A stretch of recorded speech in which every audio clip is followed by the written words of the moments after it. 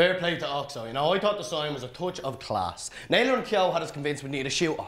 Podge Daly, he was all up for the jump over, you know, in and out. Me, I fancied having a go at a Cash fan while they're all exposed, like. There was nearly killings over it. We're in Kyo's gaff, right? And Kyo's dad comes in all in the height of it because Podge flicked a wet towel in Naylor's face because Naylor said that Podge was a fat cunt and he couldn't jump over his man's Mickey. Some crack off that towel though, yeah. Naylor hit the deck roaring, right? Ah! Like he was helping the guards with their inquiries. Oh, cut his lip lovely though. Looked like he had a few lips after, you know. And at first you couldn't really see proper because of all the blood. But when it cleared up, it looked a bit mad. It looked like Sonny Jordan Pitbull got a hold of him. We used to have this teacher in our old school who used to say, don't give me any of your lip. And I thought about saying it, you know, but I didn't. And Kyo's out for it. He's in loads of scraps, right? And he didn't really give a bollocks, but he was trying to watch the match. He wanted us all to keep it down, you know, so everybody kind of relaxed a bit after that. Well, everyone except for Naylor. Then eventually Oxo goes, well, that changes the plan anyway. You see, Naylor, he was supposed to be going to say, give me the cash to the old gee bag in the post office, you know, point the gun or whatever. But not now.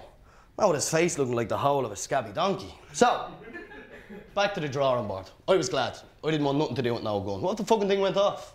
And that's when Oxo comes up with the idea for the sign. Holds it up, Podge reads it out. Closed, due to robbery. Podge goes, what the fuck is that home? What the fuck is that, Oxo? Your homework from your literacy class. Even Naylor breaks his shit laughing, right? The gas in his lip opens up again and up goes another handful of jacks roll. I didn't get it at first. I thought it was because the old dear in the post office is a bit deaf or whatever. And Oxo's ma, she's a bit blind or whatever. Oxo, he's always going on about being nice to the old people, be nice to the lame people and all the rest of it. You know, by rights his ma should be dead. I mean, she's in her 60s. Or 50 or whatever. She's had about 20 heart attacks, right? And she still smokes like 20 smokes a day. You want to see her like that? One drag and the smoke is ashed down to the butt. Fucking horrible. Turn anybody off the smokes out. They should give her a job. Yeah, she could go around to all the schools, you know, lighting up smokes in front of the young ones and young fellas. That'd sort them out with the smoking. See, she worked in the markets her whole life, right? She's as strong as a horse. Some fella tried to rob her a while back in the keys, right? And she knocked the bollocks out of him. He had to wear one of those neck brace things for like a year after. Got him off the gear though, yeah. So he used to be strung out all the time. But he couldn't score with that lump of scaffold bent around his neck. He drives a forklift and all now, he does. Oxo's ma even helped him get the job, used that contact she did. She felt sorry for him, I'd say. She says when they were younger, was it? They were always poor, but they always managed somehow because there was no drugs. The transport in the olden days, that wouldn't have been too good, yeah. They probably couldn't get the stuff in or whatever. How she remembers that far back though, that's what puzzles me. And so she knew he didn't mean any harm by robbing her. He has a mop and all now, yes, yeah. Oxo's ma even gave it a once over, you know. Make sure she's not a junkie or whatever. And anyway, Oxo has to explain to all the Muppets, right? Which is us all. Because nobody's got a breeze what he's on about holding up this sign of his. So, the plan was to put up the sign in the window of the post office. Pull down the blind when we're safely inside. Anybody wanting to come in will read the S-I-G-N, think the robbery is over instead of actually still going on, fuck off home and keep the big hairy noses out. Sorted, no guns, no pole vaults over the counter, no little old men coming in trying to be heroes getting their collarbones broken. Nice one, Oxo. Kyo's little brother Greener, he's a stencil set that he got off Santi, right? So while we're all talking, Kyo gets this. Does out the new sign, all neat like, and shows it to Oxo. All proud and all. Oxo goes, what the fuck is that, you stupid pox? If you were being robbed, would you sit down with your crayons and do a nice little neat sign? Go into the kitchen and make us a cup of tea, you pigeon. Let the rest of us get on with the job. Stencil me bollocks. Well, that sets Naylor off again, right? And at this stage, there's a bit of dry blood and jackstraw all over his mouth. And then new blood starts spewing out from somewhere. I was thinking about saying he could be in, what's that, Lord of the Rings. I didn't say it, but he reminded me of one of those creatures, Dork or whatever. So, we all had a piss break and Kyo made the tea. And we sat down and planned the job properly. Fair enough, Oxo did most of the talking, and anytime we said anything, he mostly told us shut the fuck up, but I think he took our ideas on board. So, when this was all agreed, right, Podge gets up, zips up his hoodie, pulls down his hat real low over his eyes, pulls his hoodie down over there, takes out his mobile phone. Right, lads, 15:35 hours, synchronised use our watches. I looked over at Oxo. Oxo wasn't moving, so neither did I.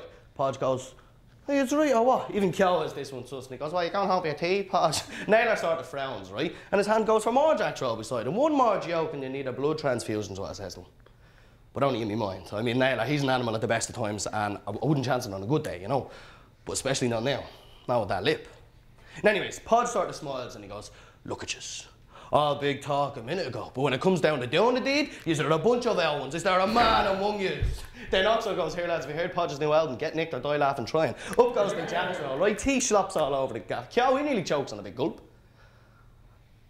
Again, I didn't get what the joke was exactly, but when Oxo makes a joke, you just laugh along, you know? Try and suss the joke after. So it turns out, the post office was closed for the half day.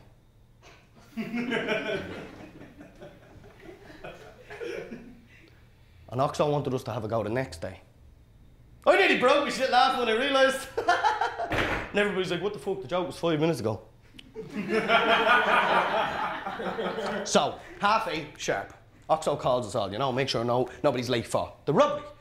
Podge shows up in the horrors because he didn't have any time for breakfast. And he shows up at the back of the flats with a roll, packet of crisps and a bottle of Coke, right? And Kyo starts with all this. The guards would like to speak to the big fat hungry pig from the flats about the robbery.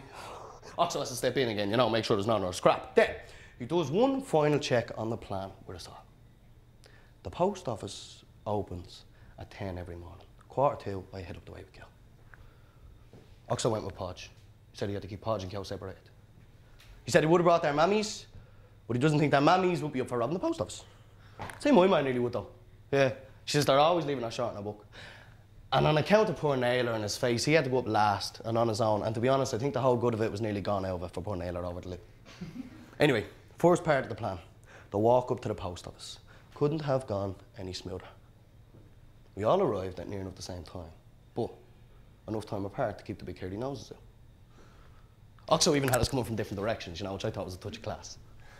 Then we waited for a few seconds to get the nod off Oxo. Then we started to move in. Just as we get to the door, Kyo reaches into his pocket. Oxo has a small freak attack and he says, what the fuck, I said no guns. But Kyo pulls out a letter. And he goes, I thought it looked more real, like, you know, being at the post office, having something to post. With a look on Oxo's face, right, he's ready to abort, and he goes, whatever, Kyo, come on, let's just get on with it. I thought it was one of Kyo's better ideas myself. So, we slip in, just as Mrs. Post Office is wreathing the cacks out of our large cotton chips arse, right? Her mind is so much on that, she doesn't clock the four of us all arriving at the same time. Then, a few seconds later, Naylor comes in nearly, takes the door off the hinge because Kyo decided to stand right beside the fucking thing, security or some reason, fuck knows. The fact is, he was supposed to be on sellotape. At this point, 2-ton Tessie releases our trunks and settles our big health board fucking magnifying glasses on a wall on the end of our nose. Starts to scope us all in the shop. Her eyes look like they're in a fishbowl swimming around by themselves. Her nose starts to go like the nose of a rabbit Naylor's little brother used to have. Kyo's dad can sort of do it too, you know, move it in and out like he's smelling something in the wind, a fart or whatever. I can kind of do it with my ears, move them up and down, but only when I'm on my own. And anyway, Podge decides to smile, which is a bad move. Because Podge is a humpy cunt and he hasn't got very much experience at smiling, you know, especially not at all grannies. Like Mrs. Goldfish Bowl, some of them bored, baby, you know, he's trying to give it a lash. But not this bargain basement waxwork. Second, well, Podge hasn't got very many teeth left after various misunderstandings over the years, and the survivors, they don't really look like teeth. They kind of just look like bits of toffee sticking out as gums. Mrs. Stamps, she licks her lips all nervous like looking at Podge. Podge, he's trying hard to remember what people look like when they're being friendly so he can do it. Twitch, twitch goes our nose. Oh, Kyo, he gets too excited and he pulls down the blind before Oxo has time to get the sign up. The blind will not go back up for Oxo. When Mrs. Fish Eyes looks over to see what all the racket is, she sees Oxo under the blind trying to get the sign back up. She sees Podge doing a Shane McGowan. She sees mullet out Naylor and she cacks herself. Well, that's what it smelled like to me anyway. But there's a delay. Look in those old Western films Naylor's Elfie used to watch on a Sunday. They do all the big shots of people's eyes. Nobody really knows what's the story next exactly. Then Kyo comes out from underneath the blind, fucks everybody over because he can't find the epoxy sellotape. Nobody moves. But all the eyes. Even the eyes in the goldfish bowl rolling around. Then out of nowhere, Mrs. O'D, that's her name. Yeah, she used to do bingo with me, my sister. Anyway, Mrs. O'D, she goes for a gun, except in this case it's not a gun, it's a phone. And nobody thinks she's ordering Chinese. Naylor, he puts his shoulder through the door that goes to the other side of the counter, which Mrs. O'D hasn't had time to lock yet, and he goes straight through and creases himself on a parcel going to New York or someplace. At the same time, two little old dears come in, linking arms, because Chloe's at the league much in the door again. 4 more eyes join the party. Now, our post office is fairly small. At this point, we're 8 people inside it, starting to feel a bit cramped, you know, and not really ideal for pulling off a robbery. One of the Zimmers clocks Kyo, starts asking about his little brother sister, his little brother Greener, and his little sister Stacey, and his man, and every other bleeding cunt. Somebody else pulls at the door. Oxo has to stick his head out and say, the place is packed. Which is kind of true, you know, because, well, it is. And he asks him to wait. It's 6 minutes past 10, and there's no plan B. At least Naylor, he's after pulling out the phone while he's looking for more Jack Troll, because the person in New York's after opening up his lip worse than ever. Meanwhile, Mrs. Fishbottle just left standing there with the phone and her chubby little stamp delivered on pause. She forgot what her fucking phone was. The old dears, they get a shock when they see Naylor come back out. In fact, so did I if you'd seen the state of him. But then they started with all this, you all right, poor fella?